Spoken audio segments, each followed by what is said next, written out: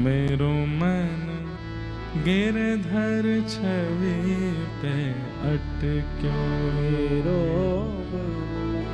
गिरधर छवि पे। ऐसा मन अटक गया अजब कुमारी का।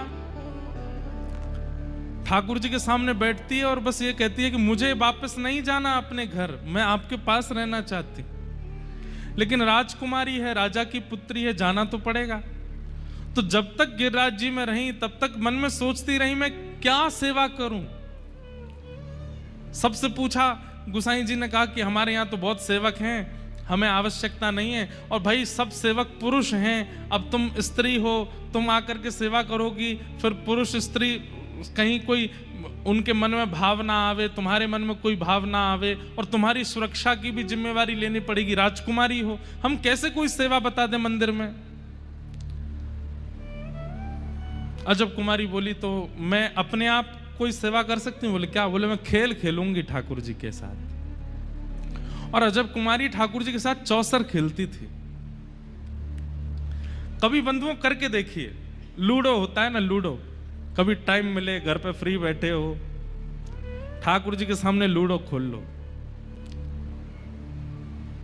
हरी वाली जो पारी है वो ठाकुर जी की तरफ कर दो, लाल वाली अपनी तरफ कर लो। ऐसा कहते हैं हरी हरावे लाल जितावे। और फिर उसमें क्या कीजिए, ये कोई शास्त्रीय बात नहीं है लेकिन कर सकते हैं। बंधुओं देखिए, भक्त जो करता है ना वो शास्त्रीय हो जाता है।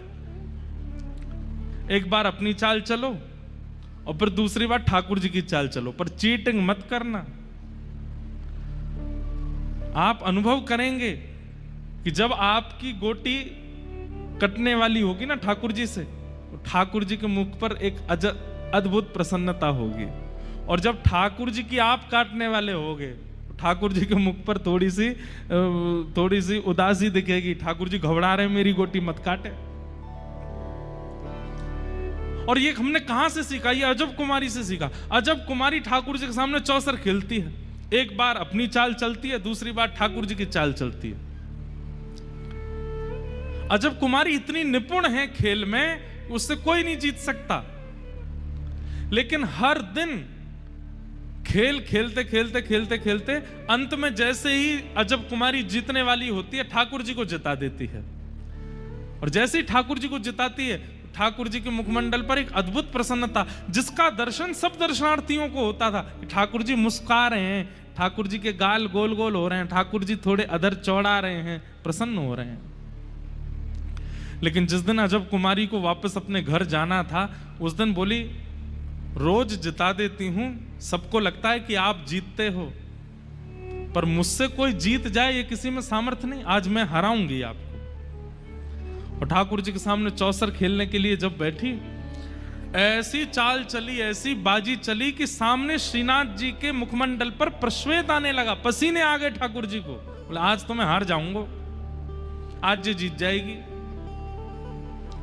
और जैसी अजब कुमारी ने देखा कि ठाकुर जी के मुख पे पसीने आ रहे हैं, ठाकुर जी घबरा रहे हैं कि मैं आज हार जाऊंगा, ठाकुर जी की हारी हुई बाजी को अंत में आते आते अजब कुमारी ने फिर जिता दिया। ठाकुर जी जीत गए। इतने प्रसन्न हो गए ठाकुर जी आज अजब कुमारी से, मानो सबको तो नहीं दिखा लेकिन प्रत्यक्ष ठाकुर जी सामने आ गए। और सामने आकर के अजब कुमारी को हृदय से लगा लिया, हृदय से लगा के बोले मांग, तुझे क्या चाहिए?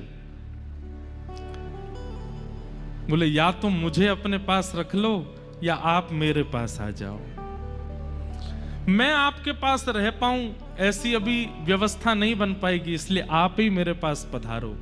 और श्रीनाथ जी गोवर्धन से मेवाड़ पहुंच गए अजब कुमारी के पास। आज भी हमारे श्रीजी बाबा श्रीनाथ जी मेवाड़ में विराजमान है। किसके लिए? अजब कुमारी के लिए। कहने का अभिप्राय, ठाकुर जी मूर्तिमंत हैं, लेकिन अजब कुमारी ने अपनी भावना से ठाकुर जी के उस मूर्तिमंत को सचल कर दिया। हम आज भी अपने ठाकुर जी को मूर्तिमंत ही देख रहे हैं, हमारे ठाकुर जी सचल नहीं होते। क्यों? हमारी भक्ति में कमी है, हमारे विश्वास में कमी है, हम ठाकुर जी को सत्य मानते नहीं हैं, इसलिए ठाकुर जी सचल होते नहीं हैं। कर्माबाई की खिचड़ी खाने जगन्नाथ जी दौड़े चले आते हैं। सूरदास के पद सुनने के लिए श्रीनाथ जी दौड़े चले आते हैं। कुम्मन दास के खेत में बीज बोने के लिए ठाकुर जी चले आते हैं। और हम कुछ भी करते रहे, ठाकुर जी कुछ करते ही नहीं है। क्यों? हमारी भावना में कहीं कमी है। इसलिए भागवत जी के प्रारंभ में ही बताया गया है, ठाकुर जी को पाषाण मत मानिए, ठाकुर जी को मूर्ति मत मानिए। ठाकुर जी कौन है? सत्य हैं, सचल है। आप कभी भी ठाकुर जी के स्वरूप को देखिए और उसमें यह भाव रखो कि हे नाथ, बहुत देर हो गई, आप एक आसन पर खड़े हैं, थोड़ी देर बैठ जाइए ना, थोड़े आपके चरण दबा दें। आप थक तो नहीं गए होंगे, आप हार तो नहीं? अरे कहाँ, हम लोगों की भक्ति तो ऐसी, अपने कमरों में डबल डबल एसी लगाते हैं। ठाकुर जी के कमरे में पंखा वो भी रात में बंद कर देते हैं, बिल आएगा। हम कहां से ठाकुर जी का अनुभव कर सकते हैं जब हमारे अंदर इतनी चैतन्य भावना भी नहीं है ठाकुर जी के लिए? तो